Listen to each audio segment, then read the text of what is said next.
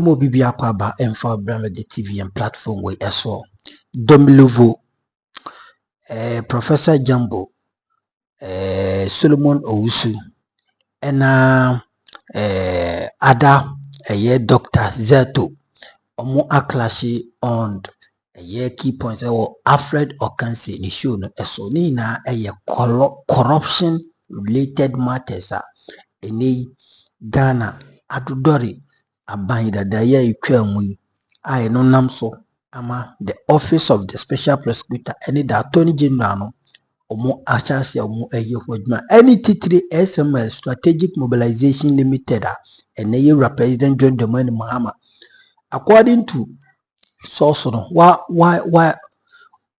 then why that's omo terminate that contract ni na Mannaseh Zuri, the fourth estate, ni investigation bi oya ye wi na chesisi kabi afa kuntuna si akwa kupiem abusia enya asem ketewa eni giare hu nsem na mata ne yebekọ yekwa kuti emu enche mu papapa e wo show no so mesraw so document betum bra conversation e koso na wa like na wa share na on the more serious note wa subscribe to this channel isanse hanom na ensem ne ba obenya bi eti na ya simplify no edi amount yenti nse ni bi ekoba e betwa so yankopon koso wa enko bibia na kuhiraw.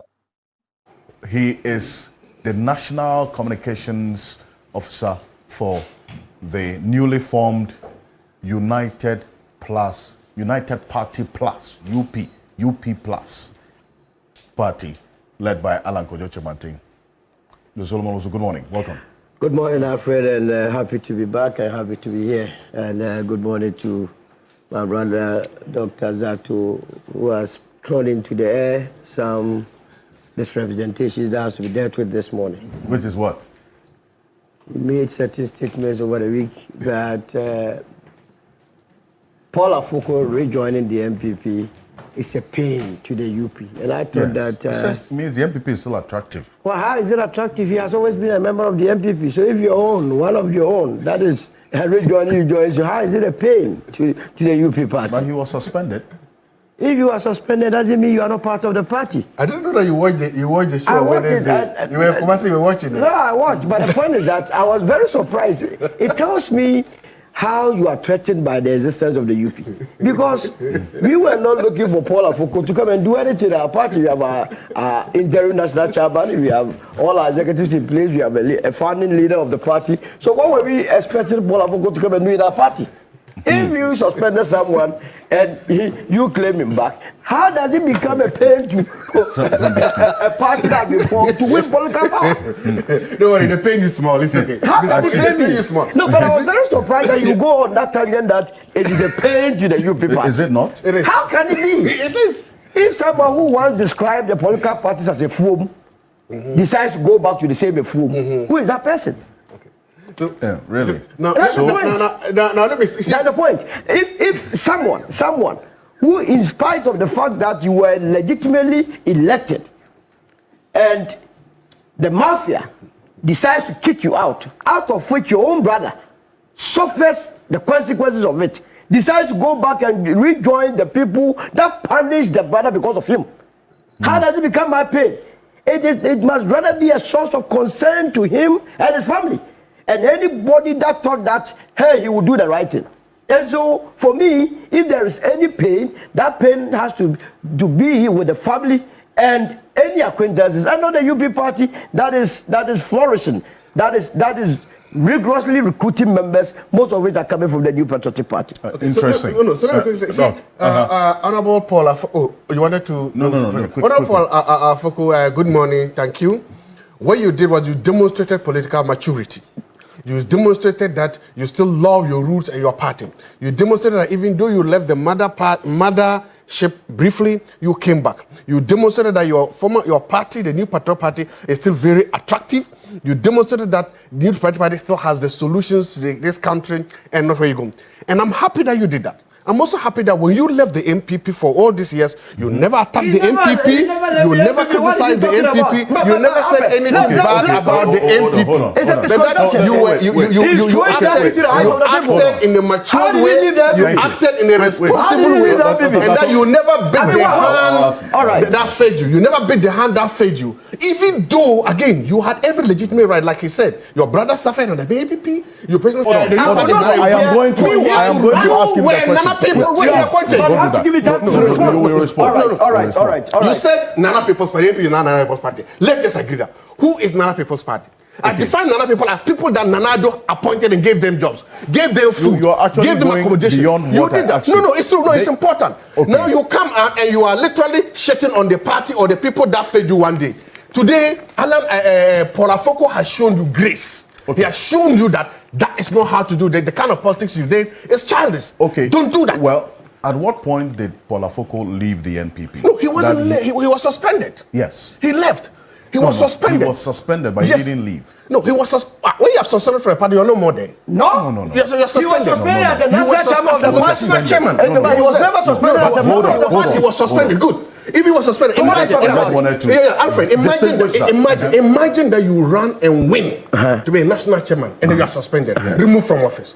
Everything that you promised delegates, you are not doing it. Yes. Imagine also after all that, your own brother is going through a lot under the same government. Okay. Imagine all these things. Okay. Despite all these things, he has shown maturity. He has shown that the NPP is more attractive. He has come back home and he's telling people that don't be ungrateful to the people that once fed you and clothed you. Okay, I needed to clarify that yes. So first of all, Paul Afoko in 2 minutes has been a member of the NPP. He never left the NPP. So if you are a member of a group and you still remain a member of the group, what sort of how do you describe the person as coming from somewhere? Again, there is no way that you can describe Alan Chamati as an ungrateful being. Okay. How did he become an ungrateful being? Just by leaving a political party that he feels that the foundation, the ideologies based upon which it was set up has been deviated and so going on his way. You cannot be going on that tangent.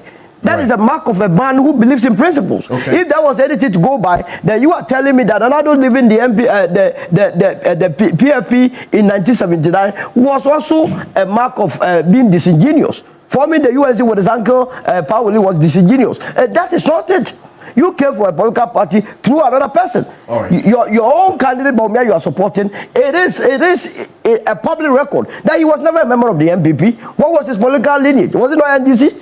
All right. So thank you, gentlemen. Thank you. Let me also acknowledge the presence of a man who has, over the period, impacted knowledge in many ways. In fact, we've been having conversations for some time now, and today he's here in a very important capacity, because this matter that we're going to deal with is one that he has been working on for quite a while. Isaac Danso-Ejiri is a chartered accountant. He is a private legal practitioner.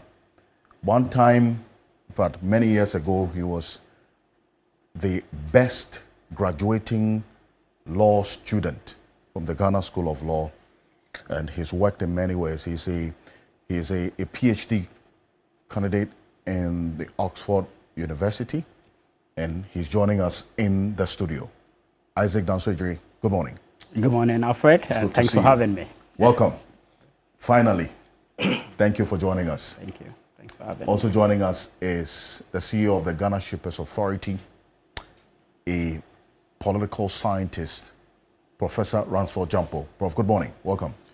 Good morning, Alfred. Thanks for having me. Yesterday, we at the Ghana Shippers Authority convened a seminar for judges.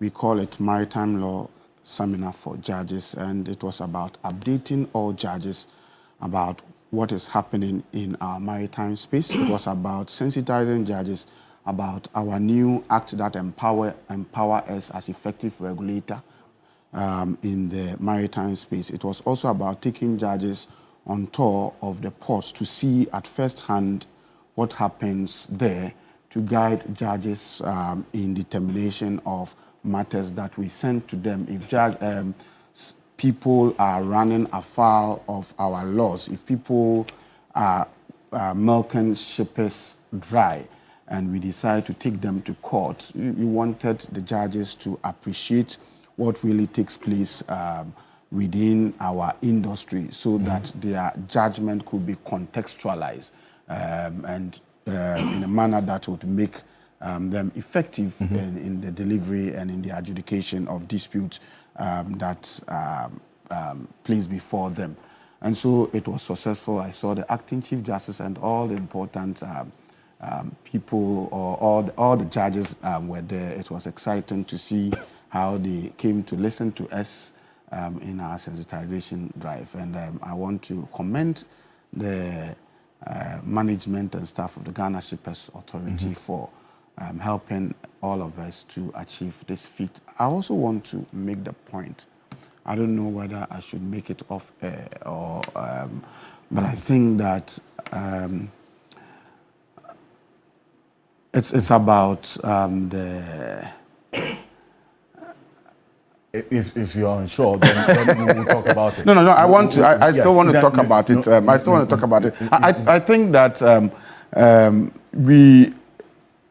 my brother Zaato and my brother Solomon, they have their morning displays, and it occurs sometimes. I watch them in the other programs that you hold, but when we come here on key points, we should allow us to be sober in reflecting on the issues and not the bantering that now they are gradually being known. So they have always, otherwise, don't put them together. Sit one there and then the other one there. They'll be together. Because one day, they are very good friends. Thank you, Prof. Thank you very much. Otherwise, separate them. Thank you very much.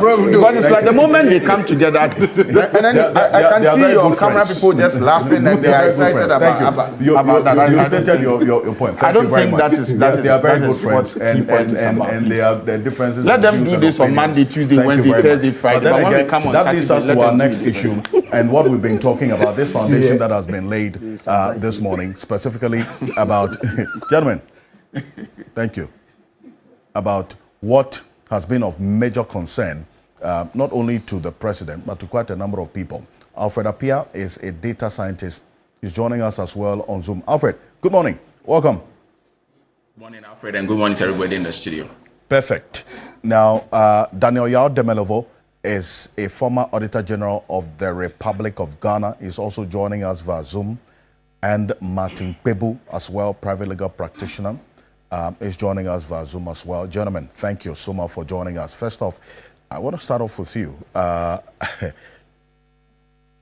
Professor Gyampo, if you see these irregularities captured in the Auditor General's report over a 5-year period, and the view of the president is send people to Nsawam as a way of deterrence. Let's hear from the president.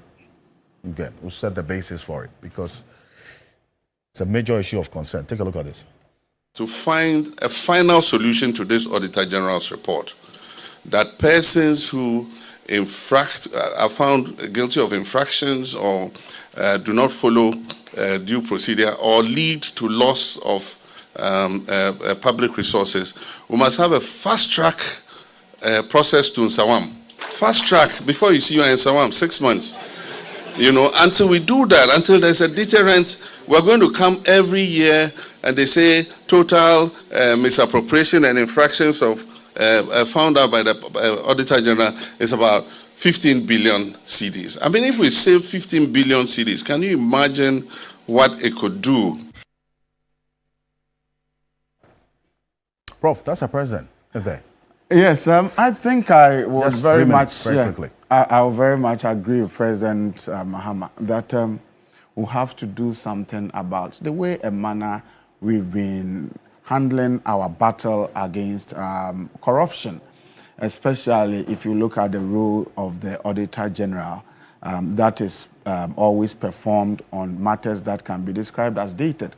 Oftentimes, Auditor General is looking at issues that have long taken place, and then the perpetrators may have lost their lives, perpetrators may have exited office, and so they are reporting about dated issues. And then also, they report these things, and it takes a long time for us to take action, and sometimes actions do not get taken. And so it becomes a bit worrying. It appears that we have not shown over the years much seriousness in confronting corruption, and also we have not really shown much seriousness in speaking against the way and manner the conduct of our audit service, takes place. I think that there should be a rather more proactive, there should be a rather more forceful way of going about their enterprise in a manner that will bring about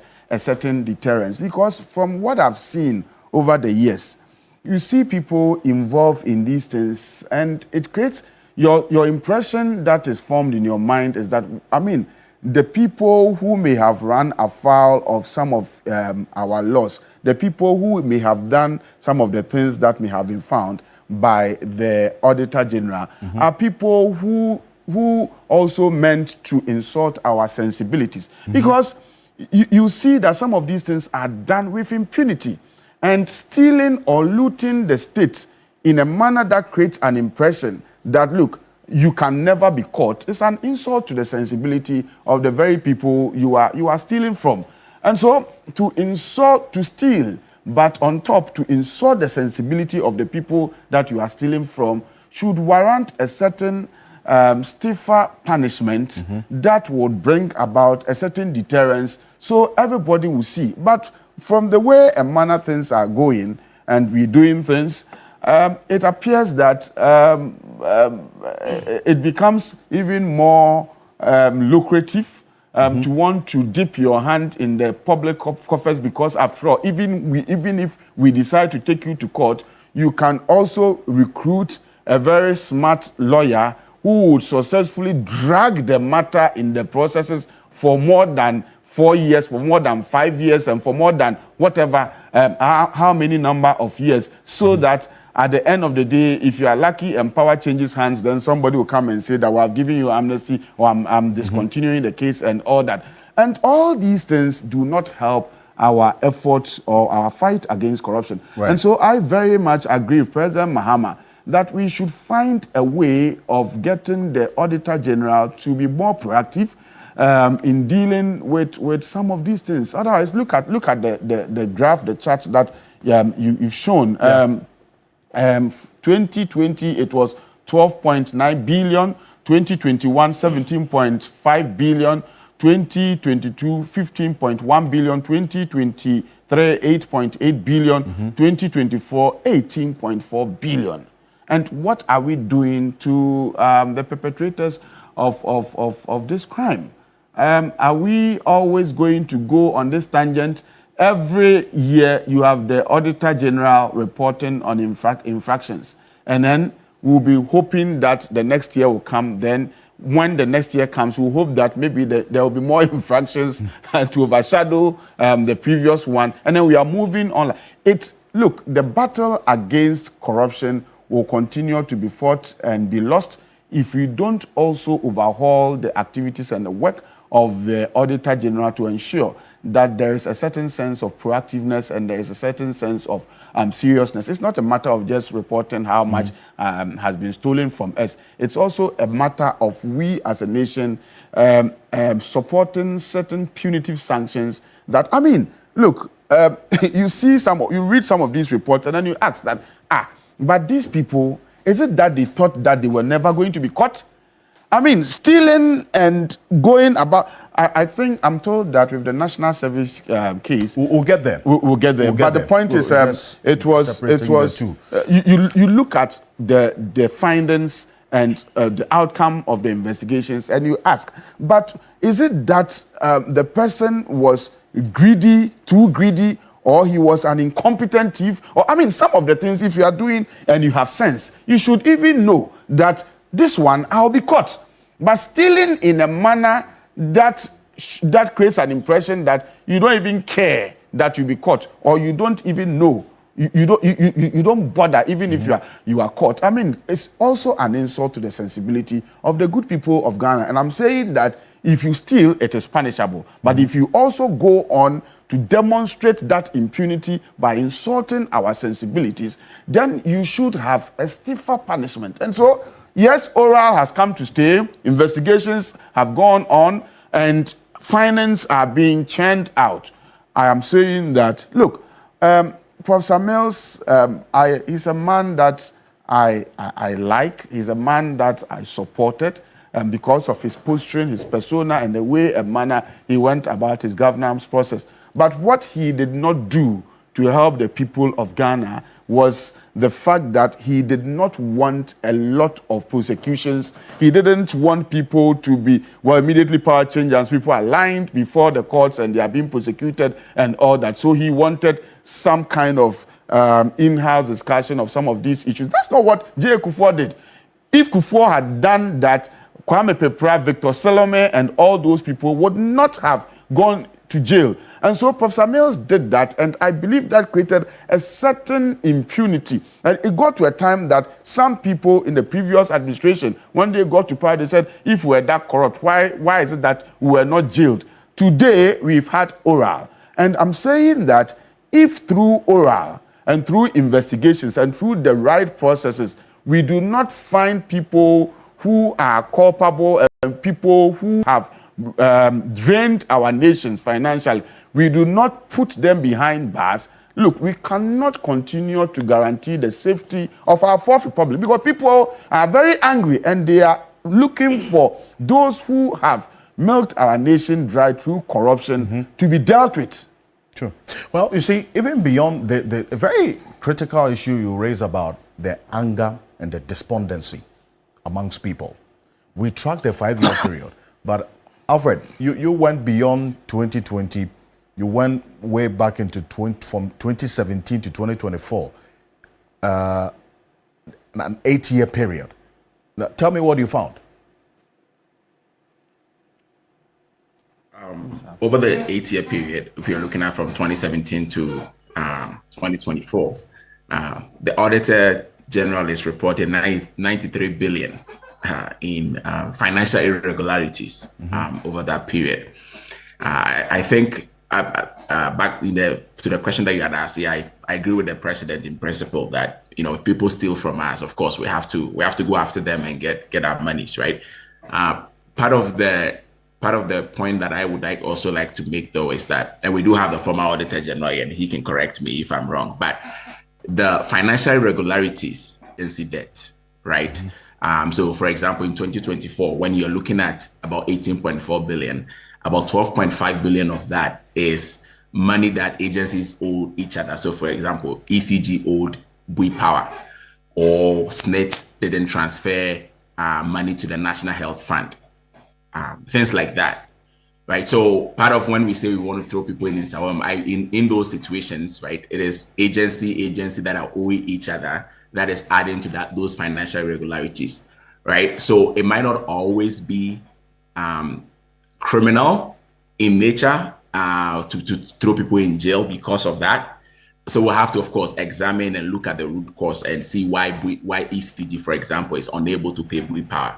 And that is contributing to the financial irregularities, right? So I think we'll have to, of course, nuance the conversation a little bit when it comes to the amount. Generally, we like to talk about the overall financial irregularities as the stolen money, but it's not always stolen money. And I just wanted to give that typical example. So when you look at the data over time, right, you see that in a lot of years, the vast majority of the amount of money that is put out as financial irregularities actually is outstanding debts, right? Or sometimes it could also be bad debts, like loans that SNIT doesn't think it will be able to recover. All of that will be captured in those financial irregularities. So we'll just have to sort of balance the conversation in that way. But I definitely agree with the president that if people have those that have genuinely stolen from us and we can prove that, we definitely need to take those people on and get our monies back. Is it the part you take, Isaac, as well? No. I'll come to you. I'll come to you, Prof. Yes, I Isaac, thought you came in to contribute to what I was saying, so I wanted to say that. No, I'll come to you, Isaac. Yeah, so I mean, thank you, Alfred. I totally agree that when we're looking at the Auditor General's report in particular, we make that quite clear to the public that not all the infractions and the irregularities that are reported are actually monies that have been stolen. And we need to distinguish it, because once we throw up these big figures and we talk about it as if these are monies that have actually been stolen, it brings up a lot of, we sensationalize the issue.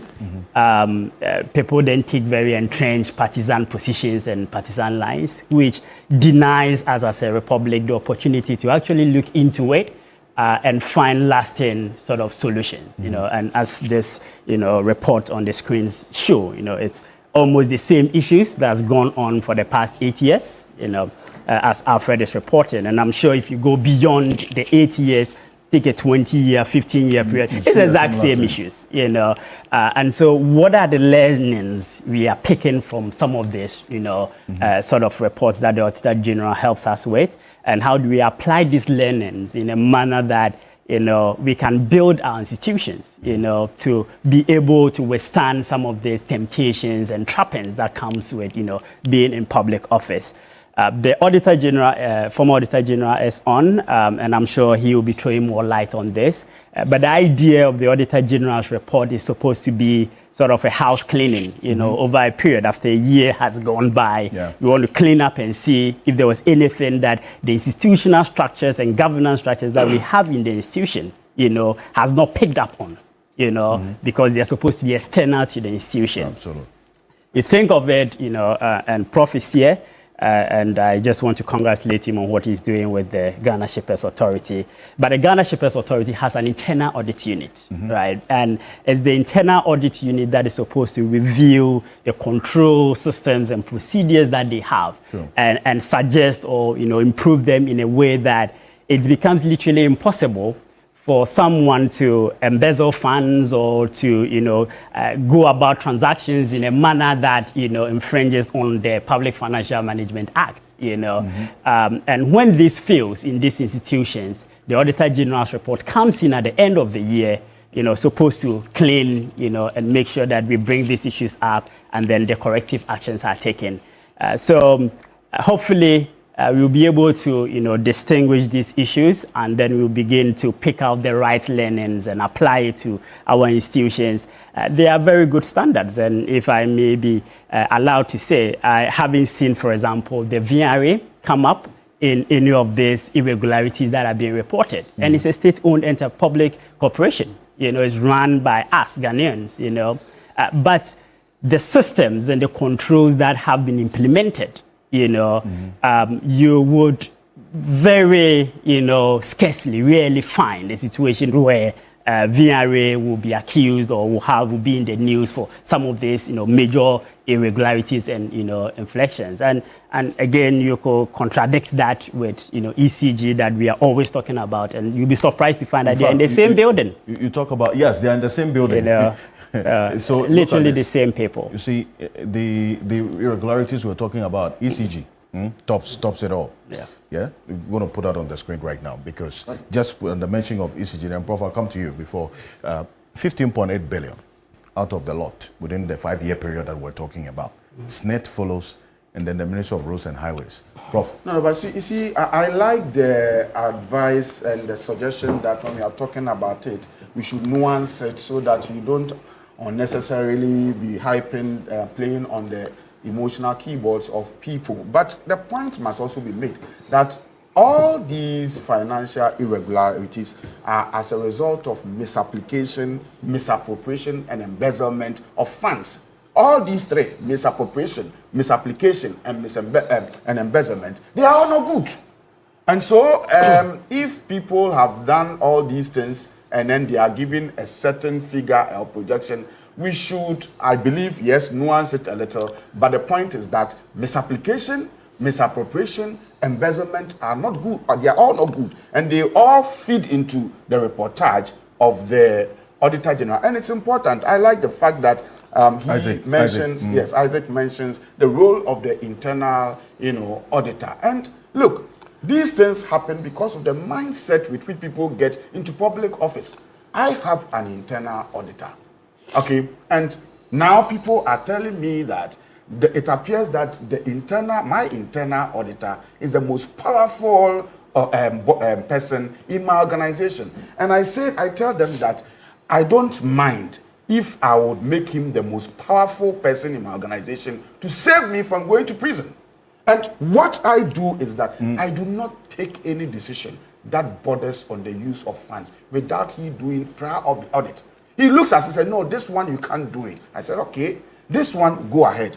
They have gone to do some contract, they want me to pay. I said, internal auditor, don't wait for me to pay before you would audit to find that I did what was wrong. Right. Look at it. Then he goes and said, no, this one didn't go through this process. Go through X, Y, Z.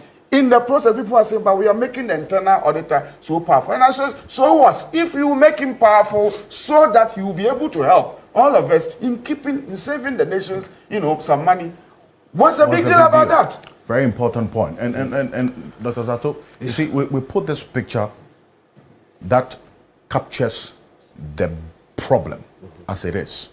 We drill down, it tells you specifics of what has contributed to the bigger picture. We're having to deal with this now. President talking about the establishment of some specialized courts, which Dr. Yao Demelavo is quite passionate about. But why does this keep happening on a yearly basis? Thank you. To do this, you need to take a little bit a step back and try to understand something small about the history of Ghana and also about the state-owned enterprises. Most of these that you are seeing are owned by SOE, state-owned enterprises.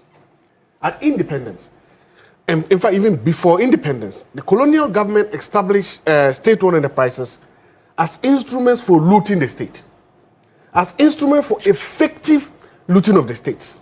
So they were established in areas where, one, they can either give the colonial government comfort when it comes to water and electricity, or to be used to exploit gold, cocoa, and other things. So right from the onset, from their creation is that when Nkrumah came in, Nkrumah saw SOEs with dual tax. Dual competing task. SOEs, according to Nkrumah, had a commercial value for money, and then they also had a nation-building role, nation-building tool.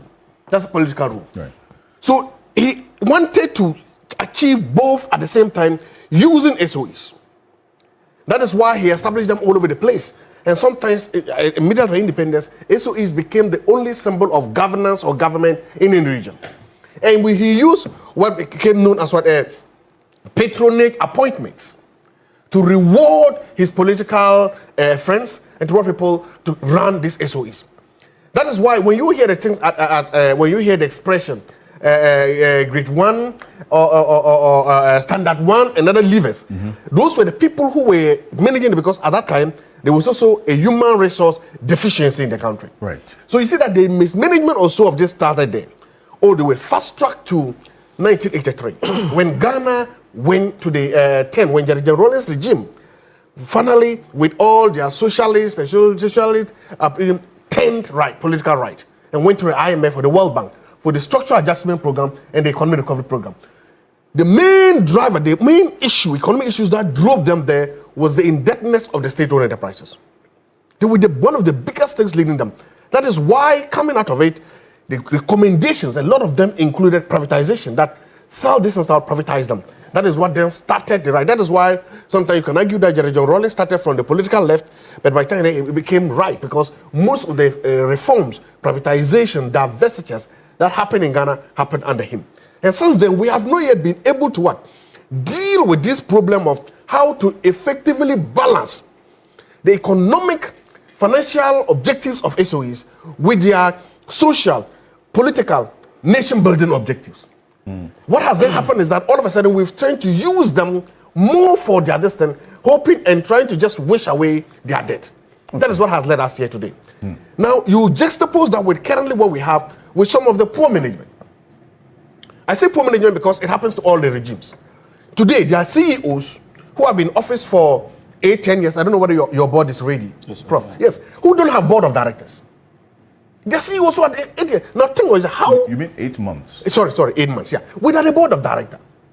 Now, the board is supposed to guide you, direct you, and approve almost all the things you do. So these men and women are working before the board. So by the time the board comes in, the CEO and his people know everything more than you. Now they are waiting for you to approve things, and before you realize you're just coming to just approve things. It doesn't help with the corporate governance of SOEs when it's that, because the right thing should have been that a board comes in, then the CEO comes, then the board approves you. We've done that for reasons because it's political and you cannot let somebody sit for that long. So that is one area we have to look at to make sure that we do the appointment right. The second thing is that politically, every member of a political party thinks that they have a birthright to a job or a position in an SOE. My party has come to power. Prof has been appointed as CEO, so I must go there, he must give me a job. And sometimes because so powerful that the amount of pressure they put on these CEOs, if you don't do it, then they are making you look like, when we're working, where were you? When we're suffering, where were you? So that culture too has to be kept, because if we don't do that, we are turning these SOEs into milking cows. Then we can go to the third part. I'm saying that you have to look at it through all these structures. You can now go to the third part of what they are managing. In Ghana, there's a certain culture. When you are a public servant and you steal, we just laugh it away. We say everybody chop for their work side. The high-profile corruption cases that we give to are politicians. If you're a politician, that one day we should cut off your head. But we tend to malign, marginalize, trivialize corruption of public servants. We tend to sort of even give them a free ride. And that also contributes to a lot of this. Look, you can see that somebody can come to you, ask for a job. You help the person get a job with one of the state agencies. Now the person is complaining about where he's been transferred to, where he's going to work. Oh, this place there is dry, nothing there to chop. Meanwhile, what do you mean nothing there to go and chop?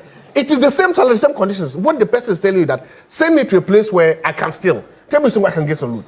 We need to deal with that. Okay. Now, after all these things that you see, so there's a lot to be done. And my friend, Professor Michael Pesa-White, who is the Director General of the SIGA, has a lot to do. He's doing a lot. He has a lot to do to make sure that accountability, transparency, and answerability within this SOEs is respected. He has a lot to do to make sure then that they are held accountable to do this. But there's one thing that you then come down to what the president is saying. I support the president of the republic. I can see his tendency to want to say, Mr. President, yeah, you can't do that. You don't have the power to do that. The courts will do that. Temper it small. But the courts, yes, establish all of them. Establish those courts. And I want to see the Black Maria. You know, the police have the Black Maria. Whenever they are doing the public accounts committee, I want them to pack a Black Maria outside there. So that when you come and you finish your turn and we say that we just put you there, drive you to court. Not to prison, to court. I think you should go to court first. But I think that the state should also put up a proposal for retrieval of these funds. So if it is VRA and we said that you've spent more than this, the state should say, repay all the money, one. No, but is there no proposal for retrieval? So far, the processes are so Yadama will answer that. So far, that's what I'm saying. If it's like operational, one. If it is 6.9 billion, one, pay all the 6.9 billion. Two, pay interest. We could say interest of 20% on it.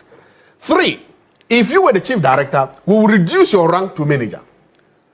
I'm saying that if you put these three things in place so that those who can pay back the money with the interest pay, because sometimes they can clog the judicial system or get very smart lawyers, drag the case until your friend comes in, who's a new attorney general, he gives you a null prosecute. We don't want that.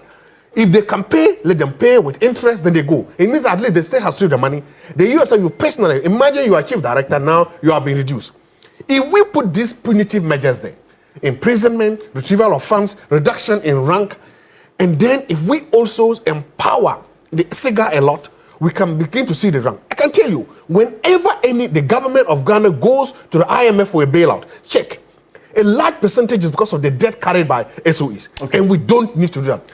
We need to be very strong and inclusive, deal with these issues. If not, we will always be doing this merry-round. So what's been fueling this on a yearly basis? So, and that's where I want to come to you on. Daniel Yademelovo is on, so... I think, Alfred, our cultural settings is one of it. I mean, in a country where the moment you have a position and you go to any program, they expect you to give more beyond your salaries is part of it. So we need to look at our cultural settings. But I also believe that beyond not having boards, there are state-owned institutions that have boards, yet the people still. People are criminal by nature. You understand? We are thieves by nature. There are people who did not have boats. What do you mean by people are thieves by nature? That is what is being shown, the figures that you are producing yearly. They are stealing from us. Don't let them use any words to confuse you. There is irregularities. What they have stolen from us? Look, Richard Asare, an 18-year-old JHS student, last year, December, was imprisoned in Tutu in a Krapem. What did he do? He stole only a goat. And his reason for stealing the goat was that he is an orphan and needed money to go and buy books. So he had to steal a goat. He ended up in his salon for 6 months. Only a day or two, Comfort Ntua in Akimoda went and stole groceries worth 1,384 cedis. Comfort got himself in prison. Kwabena Bukari in Agogo stole a goat in 2013 and he was sentenced to. What is this business of people stealing billions?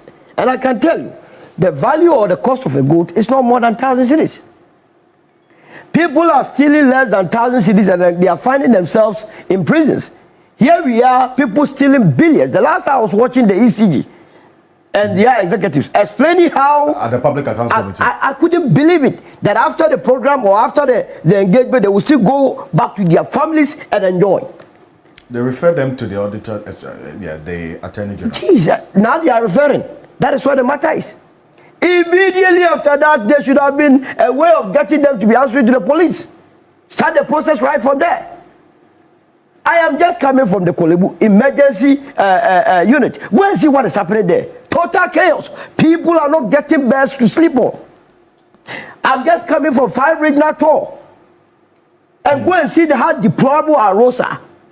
And there is a correlationship between underdevelopment and how much is being stolen from us. So there is no doubt that people are stealing from us.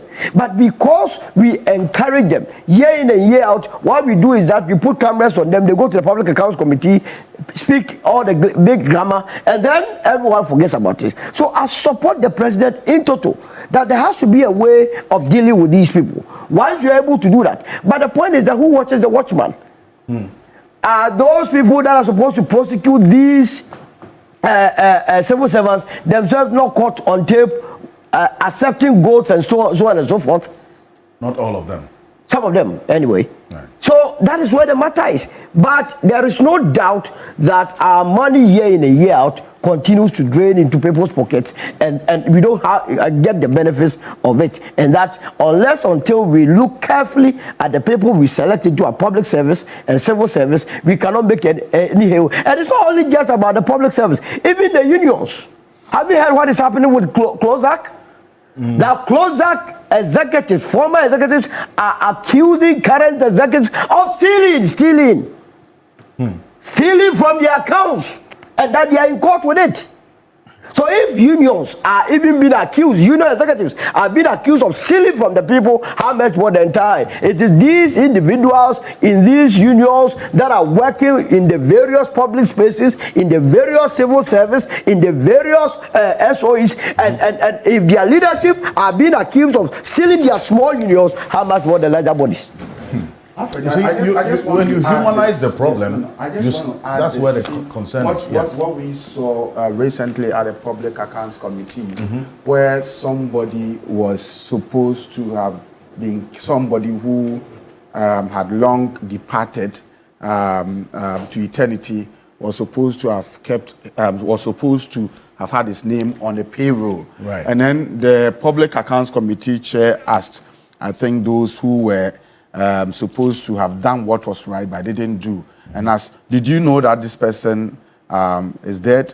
He said yes. Did you attend the funeral? He said yes. So why have you kept the person's name on the payroll for all this while? And then somebody, I mean, this matter is yet to go to court, but the national service matter, you posting yourself as a service person and then being paid when you are not a service person. And I'm asking myself, but didn't you know that there will be a day of reckoning? Didn't you know that you'll be caught? And that's what I mean by the fact that, look, if you stole from the nation, it was wrong. But if you did it in a manner that was also insulting to the mood and sensibility and intelligence of the people, it must attract a harsher punishment. Because the way a manner things have been done, it's like, as for me, I'm doing it. They cannot do. They will not be able to find out, and I will never be brought to book. And I'm saying that kind of attitude is very, very, very bad, and it's very, very, very disappointing to see people that we have given role to, entrusted the role of the state to into their care, and then they're now telling us that, excuse my language, but we are all fools. I mean, Daniel Yaw-Demelevo is a former Auditor General of the Republic of Ghana. He's joining us via Zoom as well. Demelevo, can you hear us? Good morning. Good morning to you and your panel. You see, when you humanize this situation, you understand why incensed and angry people are watching on a yearly basis what happens at the Public Accounts Committee. Is it the case that there aren't enough deterrent measures to, as it were, deter people from getting involved in these acts of corruption, essentially, that leads to the loss of hard-earned money or state resources, which we say we don't have enough of? That's why the president is recommending that something more needs to be done to deter public officers from dipping their hands into state coffers. Yeah, I cannot agree more with that position. I think there is not sufficient deterrence to stop or prevent people from abusing public funds. One of your panelists actually made a passionate appeal or position on people stealing goat, which is about 1,000 Ghana cedis or maybe maximum 1,005 Ghana cedis. They are expeditiously tried and jailed. In fact, if we gather the statistics of people who steal goat in a year and compare to those who steal public funds in the millions, I think the public funds will be more. But we are not angry towards them enough. And I have said time and again that because there is not sufficient deterrence or consequences for wrongdoing, people keep doing. So let me say that the action being taken by the president is very commendable. It's good that we have dedicated or specialized courts that will handle these infractions that the Auditor General brings out each year or from time to time. Let me be quick to explain that the Auditor General uses that term, irregularities, not because that is the word that the Auditor General would have preferred, but it is a constitutional injunction. If you read Article 1875, Clause 5 of Article 187, it says Auditor General should bring to the attention of Parliament irregularities. That's why we talk about irregularities. But if you peruse the report, you see that the irregularities have been broken down to those which involve wrongful procurement or procurement-related cash management, stealing of stores, and etc. So those breakdowns have been done. So come back to the court, the special courts being set up by the president. I have said it, and I'll repeat that it's a very good initiative, and it will help us. However, the court per se will not change things. We need to do other things. That is, are they going to operate with the same laws and the same rules and procedures? Are we going to still allow trial of these crimes, which normally people like to say embezzlement, misappropriation, so that people don't even associate them with any criminality? Are we going to allow these crimes to be tried over so long a time that we pray there is a change in government? I have proposed that there is the need for a legislation to bring a closure to each type of crime, such that the judges must be given time frame within which they should finish trying cases. Of course, lawyers would like to defeat that. So we must be smarter than the lawyers by coming out with a law which prohibits stay of proceedings. You can't stay proceedings. The proceedings must continue to an end. And a judge who goes beyond the time limit must be held accountable for misconduct, so that cases of this nature will be tried expeditiously. But that is not all. Apart from that, The courts must be dedicated exclusively for these offenses. If they are going to be trying land litigation, armed robbery, divorce cases, and etc., the judge will now have to decide which case I would pay attention to. So if these are specialized courts, they should be devoted to trying these financial irregularities. I saw about 824 or so members, lawyers joined the bar this year. We can recruit several of them on even part-time basis so that these trials can go fast. We don't need to build new courts. When the judge in the existing court closes at 5 o'clock or 4 o'clock or whatever time he closes, a new judge can come and sit in there. So we use the 24-hour economy that we are talking about. So that is very important. Another thing which we must do so to benefit from these special courts is change this need to prove beyond reasonable doubt that even though Daniel earns only 20,000 Ghana cedis a month and has been in office for 2 months, so he should have been making something about 480,000, but he has 20 million in his accounts. Now the law requires the prosecutor or the prosecution to prove beyond reasonable doubt he stole that 20 million. No, once we can establish beyond reasonable doubt that this money is in your possession or it belongs to you, then the onus should shift to you, reverse burden.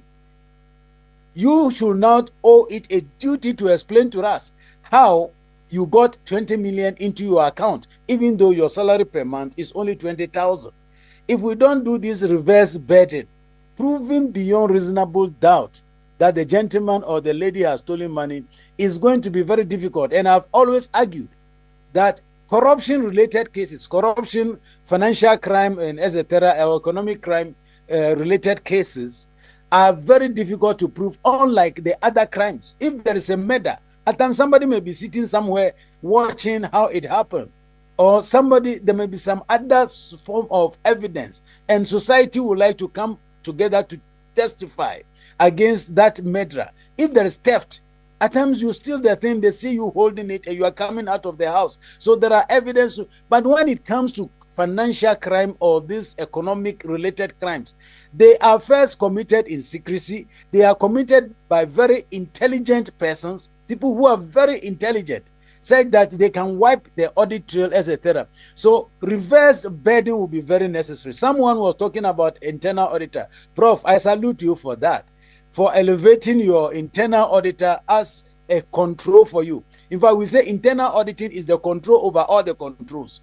That is, they have the statutory duty to ensure that all the controls are working as expected so that money will be used for the intended purposes and in line with the regulations. So we must change or amend the Internal Audit Act. Prof, being a good man, would like to use his internal auditor as a check on himself. Many spending officers or principal spending officers will not allow that. So we need to amend the law, take the internal auditors out of the domain or control of the principal spending officer, which is the best practice internationally, so that they can be a good check, because they are in there before the Auditor General commences his audit. The expenditure will have been incurred several months, if not years ago. So the internal auditor is there timely to at times not even recover, but to prevent the occurrence of that wrongful act. So I would like to conclude here by saying I commend the president for that initiative, and I commend the Chief Justice and all those who are involved there. However, there is the need that we change some rules.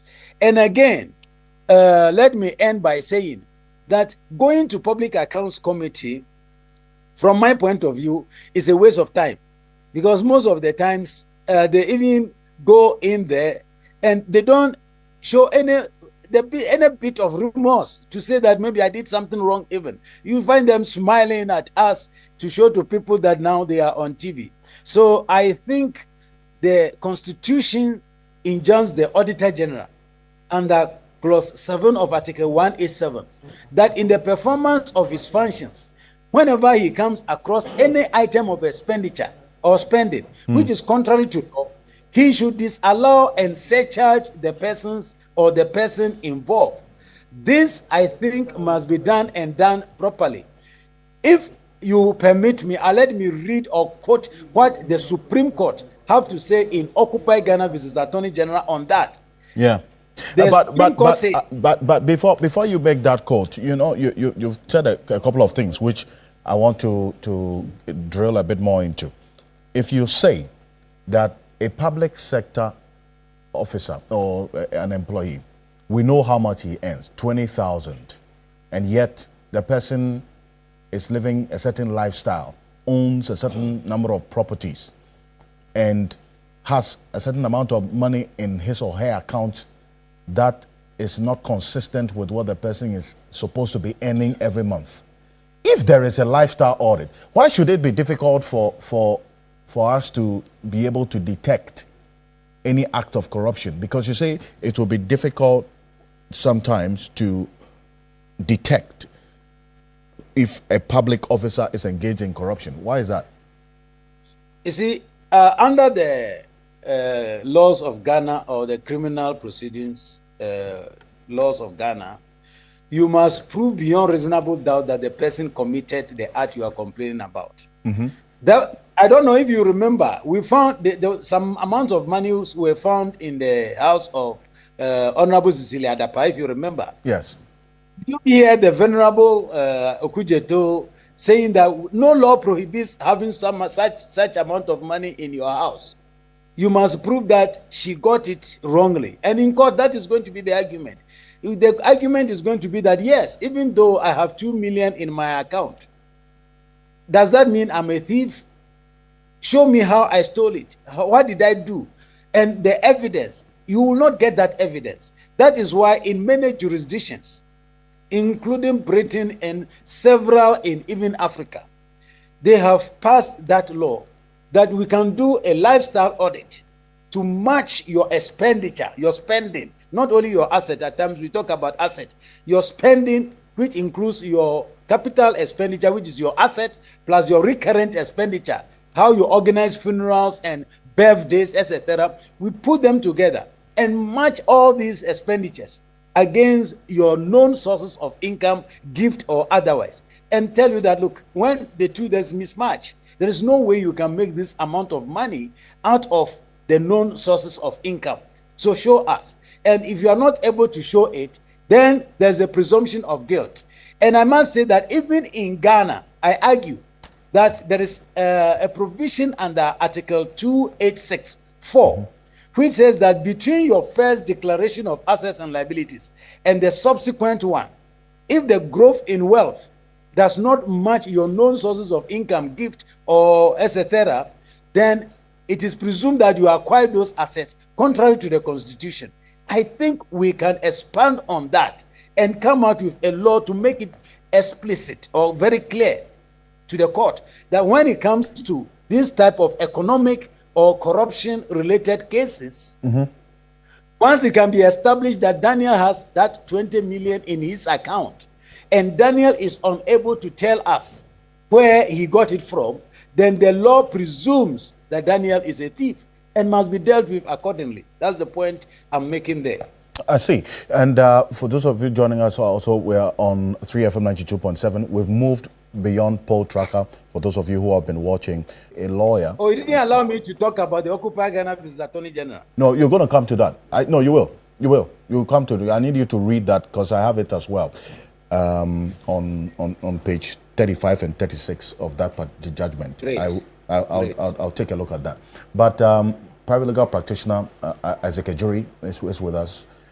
That point that Daniel Domelovo makes about the burden of proof in criminal cases that must be beyond reasonable doubt, so that even though there's a lifestyle audit that would then prove that this person, a public sector employee or an officer, minister, CEO of an SOE, earns, say, 50,000, but the person has billions running through their account over a period. A lifestyle audit is done. A certain amount of property is ascribed to the person.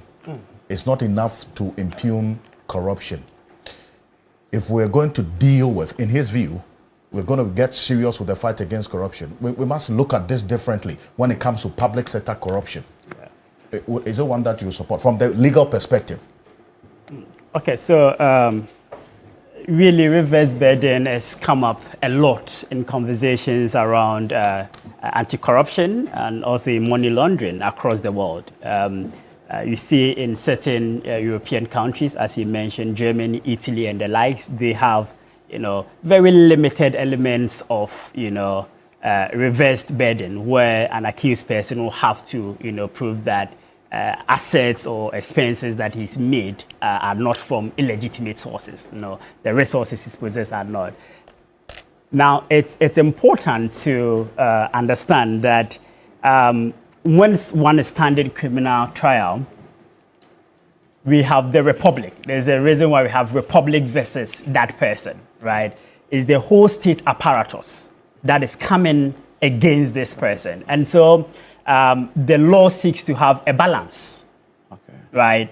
And so when we say that, okay, the state is the one, all state apparatus bringing to bear on this one individual group of people for having, committed a crime against the state has the power, it has the resources, it has the abilities to be able to prove that crime that they are claiming that this person has committed. And that is why, as a matter of legal position, just of balancing the weight between the parties involved, let's say that you say that this person has done this, you have all the resources of the country to follow and prove that this person has indeed done that.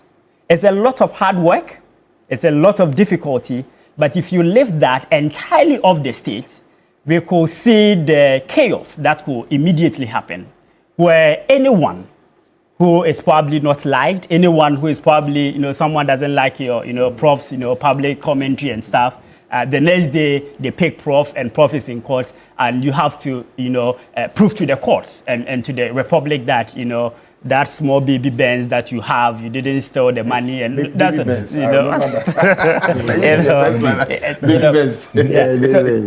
it can easily denigrate into chaos, where state power could be used against, individuals, and typically we say individuals are powerless against the state. The state machinery is so huge, and so you should do the hard work, of, really establishing that this person has done that. There are instances where once the state has, adduced evidence, to prove certain level, the onus then shifts to you, the accused, to, push back and demonstrate that the state is actually wrong or that they got that thing wrong, But to just, reverse burden generally, and to say that we think that the way you walk around, the way you dress, the cars you drive, you are living beyond your means, and so therefore we put you to court to come and answer to why you have the things you have.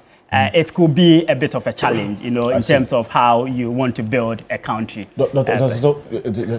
A very, very important point there. Look, if you just why is everybody saying that let's fast track these issues? Why is everybody saying that let's put speed into these issues? Why is everybody saying let's go use some specialized court, yes, on this? Why? It becomes interesting because everybody is afraid of a nolle prosequa.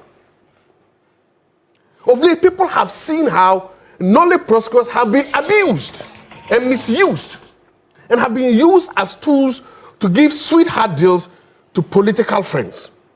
And so what is happening? People are afraid that, hey, just look at this 7 nolle prosecutions given out.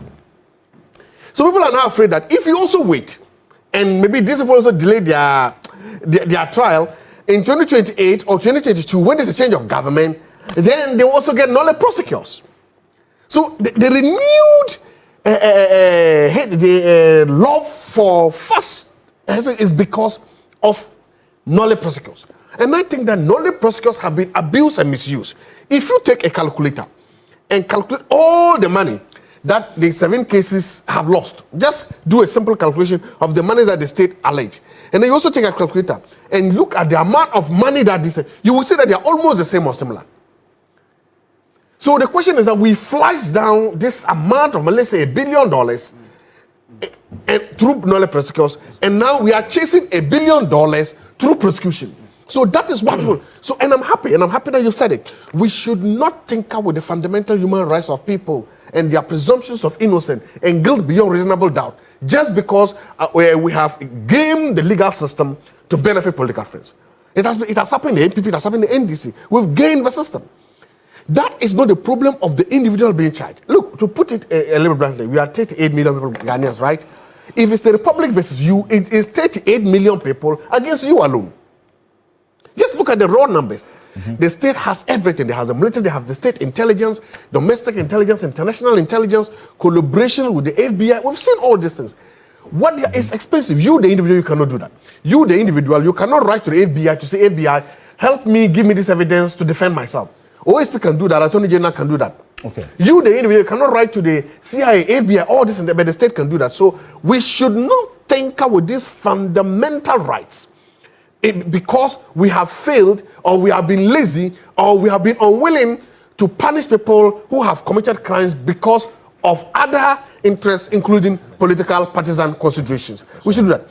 But we can strengthen the existing infrastructure. We can make the existing infrastructure work. If we don't have enough lawyers at the Attorney General Department, recruit them and pay them equivalent private sector monies so that they can go. Okay. If we don't have this, then let's do that. Because there's a story told in this country that there was a politician, or there were some politicians who were sent to jail because they have a big stomach, or were sent to jail because, you know, they look some way. Nowadays, if they do that, all of us sitting down here will go to jail. So my point is that if, because it was believed that because he stole money, he was eating well, had a big, today we see that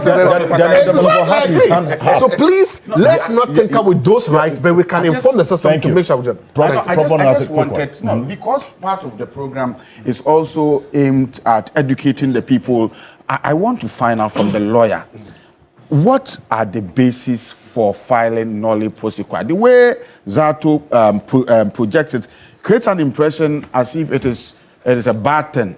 If it is bad, it is bad. But are there basis? Are there no basis? My view is that, look, I'm a lawyer. I think I don't like you, so I try to manufacture some issues or cases or evidence against you. I take you to court and I have no basis. And I drag you through that public persecution, for a long time, and I don't have much basis, and power changes hands, and another party comes, they look at the facts of the matter, and they feel that, look, there was no basis for you to even subject that person through the process, then nolle prosequi may be activated. But this is what I know from an uninformed, position. I just want you to educate, the people of Ghana. What is the basis? Are there justification? Are there no justification? Under what circumstances and conditions would a nolle prosequi be filed? Daniel Damalovo wants to comment very quickly. But I'm asking the lawyer. Yes, Mr. Damalovo. Thank you very much for the opportunity again. I heard Dr. Zaato talking about 32 million Ghanaians coming heavily against one person. I beg to differ, Doc. Ghana is less than half the population of UK. Ghana is about half the population of France. They all have that law. I don't think the state in Ghana is so powerful more than that of the United Kingdom. And even if you come to Africa, there are several countries in Africa who have passed that law. One thing that might have escaped you is that those who steal public funds, those corrupt officers, they are very powerful. They are equally powerful. They are not people who you can easily run over, because they get very astute lawyers who can stand on their feet 24/7. And they can even procure the prosecutors and even the judges, etc. So don't underrate that individual we are talking about. It's only if you have got yourself involved in investigations, you will have seen that proving beyond reasonable doubt is a very tall order, especially in crimes such as economic one and corruption-related one. So I want to tell you that the point I want to make is this. We all have the evidence, and of course, you came out with an example which is extreme. That is because your stomach is big or because you are driving. You're not thinking about whether the person is suffering from hepatitis. I don't think that is what we are talking about. We are talking about what cannot be reasonable. Overzealous So prosecutor who may go down that path. You can have an overzealous prosecutor who may go down that path. I'm just saying it's possible. Right. No, he's thinking about himself conclude on the point. Gentlemen, hold on. Thank you. Yes, so I, for one, if I can offer you this a challenge. I, for one, I'm ready to go through a lifestyle audit or unexplained wealth audit to prove to you. So if you have held public office and you have not stolen money, you should have traces of how you got your money and you can explain it. This should not be too much a difficult. And remember, if we say unexplained wealth, it's not that there's just one peswa or one cedi above your income. Normally, we look at a margin. That is why I gave example. Don't prove to us that you stick lotto and you got it, etc. You know that the guy, then that means it's unexplainable wealth. Do you know that a guy with 20 million can easily give 2 million to the police officer investigating or to the judge, etc., and run away with the money? So please, we are talking about a crime which is not against an individual. We are talking about crimes which affect all of us, our roads, our hospitals, our schools, our future. So we should not allow individuals to become so powerful. If you hear some of the monies being mentioned, you believe it, that an individual has taken so much money. National service, they are talking about the Auditor General. I stand to be corrected if the figure is not correct, but it's 2-point-something billion. If that figure is correct, can you imagine? It's mind-boggling. And you think in that situation, we must be able to go and prove that Mr. A, we saw you signing this check and you removed it from here and there and there. So the evidence, that is the process of crime, should be enough for prosecution at times, especially when the offense affects all of us. It's not an individual. Thank you. Well, so you still stand by that point that going before the Public Accounts Committee is a waste of time. Exactly. Why I said that? Why? Is because as far back as 2017, the Supreme Court helped us by coming out with a ruling in Occupy Ghana versus Attorney General. And in that ruling, they said, and I quote, that the true and proper interpretation of Article 187 7B1 of the Constitution is that the Auditor General is bound, not may. He said the Auditor General is bound to issue a disallowance or surcharge where there has been any item of expenditure on behalf of the government that is contrary to law. It went on and also said the true and proper interpretation of the Article 187 7B II, the first one is I, so now II of the Constitution, the Auditor General again is bound to issue disallowance and surcharge where any person fails to bring any sum into the government's accounts. That is the discount or whatever you get in the course of transacting business on behalf of government, you pocket it. Then the third one, they said the true and proper interpretation of Article 1877 BIII of the Constitution is that the Auditor General is bound to issue disallowance and surcharge where government suffers or incurs a loss or deficiency through the negligence or misconduct of any person. If you can grant me the latitude, the consequential orders they granted. Before you move on, if you could just drop the screen down a bit for me because I'm losing your image.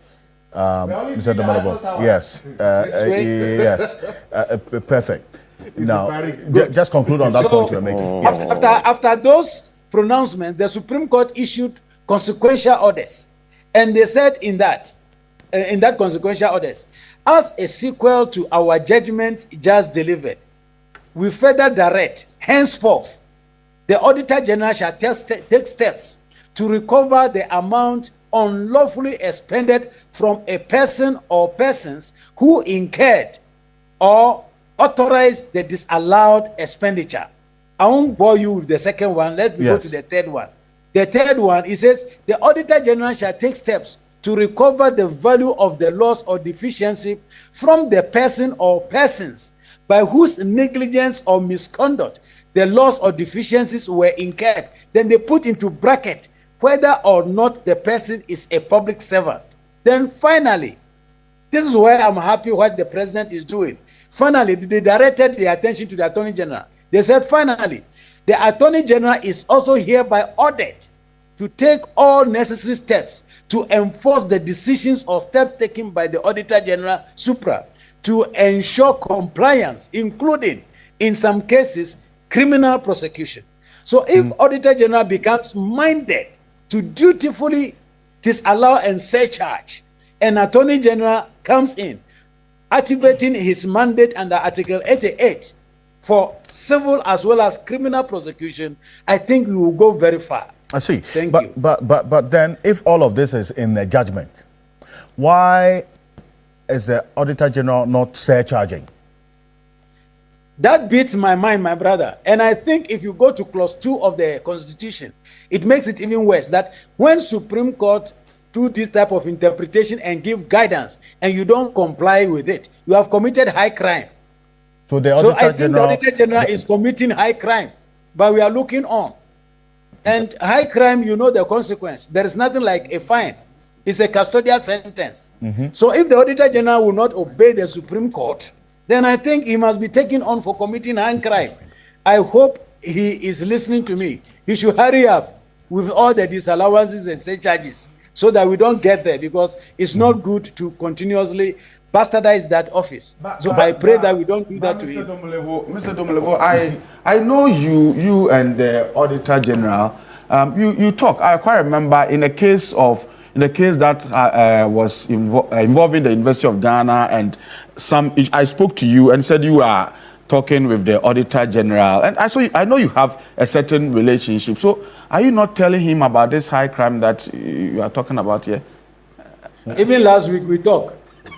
And he assured me that he's going to do the disallowances and surcharge of the national service. This, and I said, look, you have issued this beautiful report. The Constitution says that in the course of doing that, come out with disallowance and surcharge. And he said he is in the process. So I'm thinking that he's waking up. I see. So very soon we will start seeing disallowances and surcharges if he meant what he told me.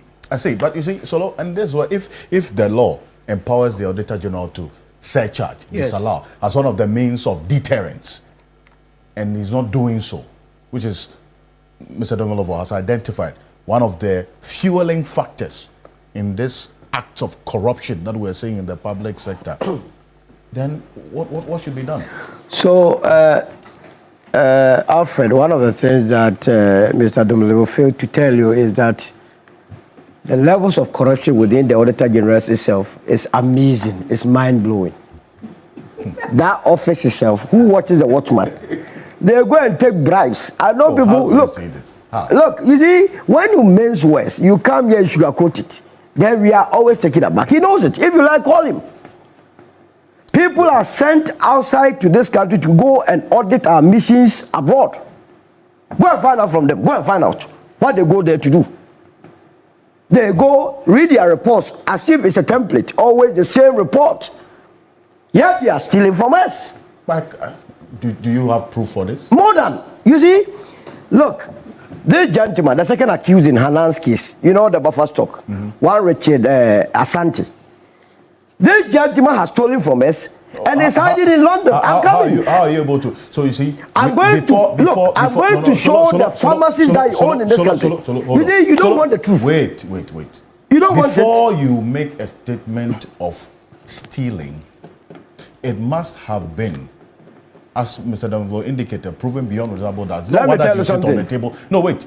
It's not that one that you sit on the table to pronounce. The Attorney General, the Attorney General. We have to disassociate ourselves don't from let us play with semantics. No. I understand. Let me explain myself. But we have to. If you don't let me explain myself, then it means you will be putting words in my mouth. No. The Attorney General is in court. There is nowhere in his writ that he has written that allegedly stealing. He said stealing. But that it has to prove beyond reasonable doubt. But that is for the Attorney General. The Attorney General is representing the burden of proof is on him. That's what I'm saying. No, that was not. I understand. I am paying the Attorney General. The Attorney General is paid from my pocket. Now he's supposed to work for me, you and I. he is saying that Hanan and Co have stolen from us. Why do you expect me to come and sit there and say allegedly? What you see, there's a difference. What is the difference? Let me tell you. So wait. Yes. You see, what the Attorney General has done. Yes. In going to court. Yes. To have these charges slapped on these persons. Yes. The burden of proof is on him. Yes. Right? To prove beyond reasonable doubt. Absolutely, if he's unable to prove that, it's a matter. That's what I'm saying. That if you come here yes. and you say it without proving beyond reasonable doubt, which I don't have the capacity to determine. Alfred, the man is in court. That's all I'm saying. A writ is a public document. Make your point. What he's telling the entire country is that Mr. So and so has stolen. I'm saying that the second accused in this matter, who is alleged, that it is Asante, who is alleged, who is hiding in London. I know what he did with the money, and I'm going to send it to the Attorney General. You're going to send it to the Attorney General. Absolutely. So you see, we must not be dilly-dallying. Those that are supposed to fish out the corrupt officials, they themselves are involved in corruption. And that is why I like the angle of Prof, that if all chief executives are going to do that, we will be saved. Because he is using the internal control auditor to save himself and that of the country. Prof can decide not to engage him and yet engage these auditor generals representatives and then do business with them. And I can tell you, they will write the best of reports. And so this lifestyle audit, it must happen.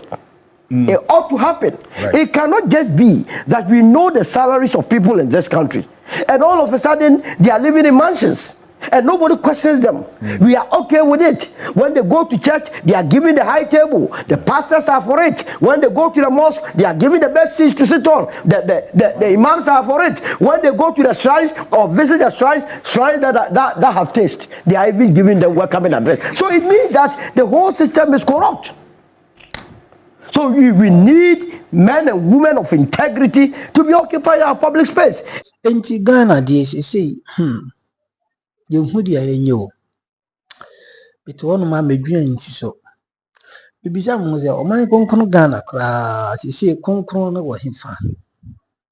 First, Nana or mine or your friend of Concron, but a name no way. I am ye think 2025 idiot.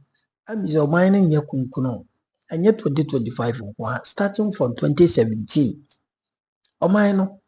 Owusu ni holiness. In fact, yewra Tamos, any kofo, any Jerry, brown or motisono, and an 80 mukase or mino, 80 me a concono, and a crown, then she done your kunkun be.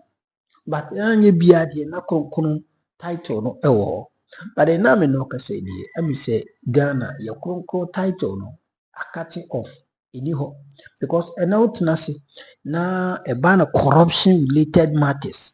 Na wotena se na wotie mu nchire mu enkofo a omo aba abanya otwam ewura kufado ono ankasa na abanya atwam na wo hwe enkofo a omo etena se se omo ankasa ede omo tim ebewie sika won bra na omo didade da public institution signals bureau adubu ahin Hamid Adams or whoever and also a national buffer stock authority easy a lot of things and you may be chema won to me Exim Bank won sensem sika e de man onko yi kwan onko fa bi ko yi se onko ni na ya mutu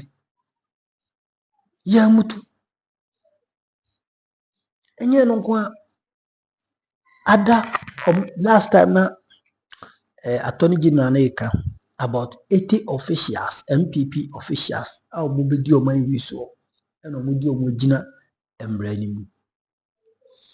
80 officials, and a mudio mujina embranimu, and as omu yamu and fishimu a form. Efa corruption, Nina, you, Efa corruption. Katashe, proye, dream di, kankan.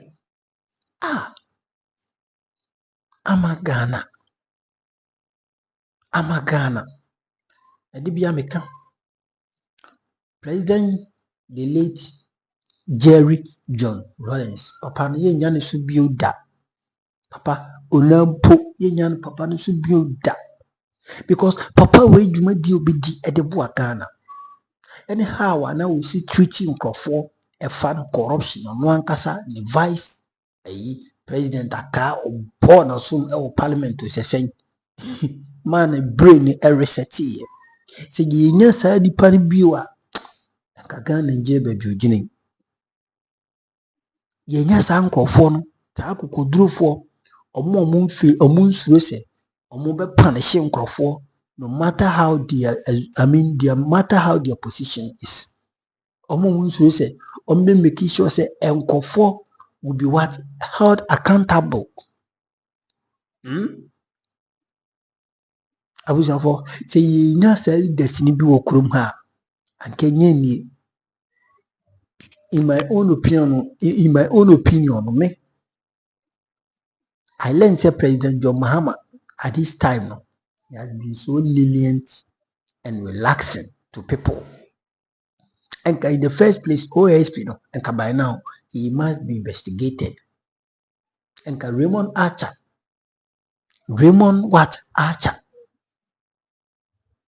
Yoko boss, and by now was sent to investigate OSP no on one kasa because according to source no, fleet of cars and Odi Guano on and no one funny thing.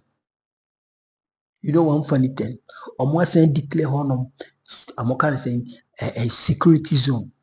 So Obian Fao, Obian Ko, Obian. So one now Professor Nanajino Pukwajiman are in Africa. What me rise to be Ghana's vice president in the political history of this country. BC Dakrano, Mameno, Sa title the Bemano. Anasa adibia no yebeye no se ne fie a otimo ma obia mfa ho ne ho security zone that kind of cars be ebekwa kugu ne fie ade na Ghana ye gigi se bi ensamfun so sa ye ne ye ka ho bi ene ya ma sa akwa no OSP no quiet tentan woni paso on je na akufado ohun se oye no ho komisi bia no hya se yi nani ma no afede no ba monte so beto nyom afgano me memreso na miko o sha se be boy no because no Akufo-Addo who say he can't tolerate his excesses, he can't tolerate his sorry to say the stupid. I mean a very you see Akufo-Addo who said no and I say me so OSP so because my who say di misika kwa enti John Mahama we are pleading say the OSP himself must be prosecuted.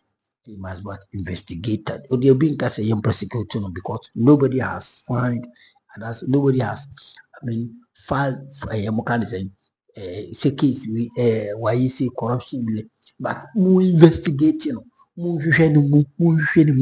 he sounds like somebody who is corrupt because penny press conferences or Monte so by anyhow we see HAC corrupted people and as a corrupt people it is alarming, especially Kino Frata. It is alarming. Say this guy to has an interest somewhere, so he needs to be investigated.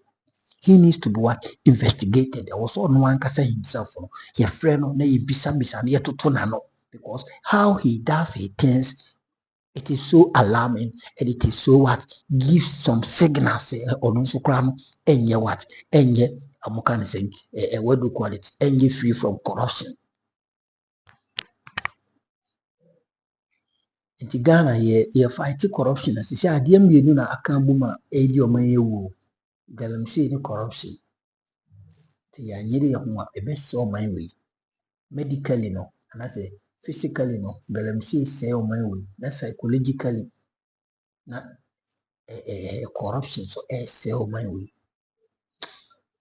ade a ya rawusem I was say Ghana praying for you John Mahama also oman no at heart you have to be very very very very mindful on this kind of issues.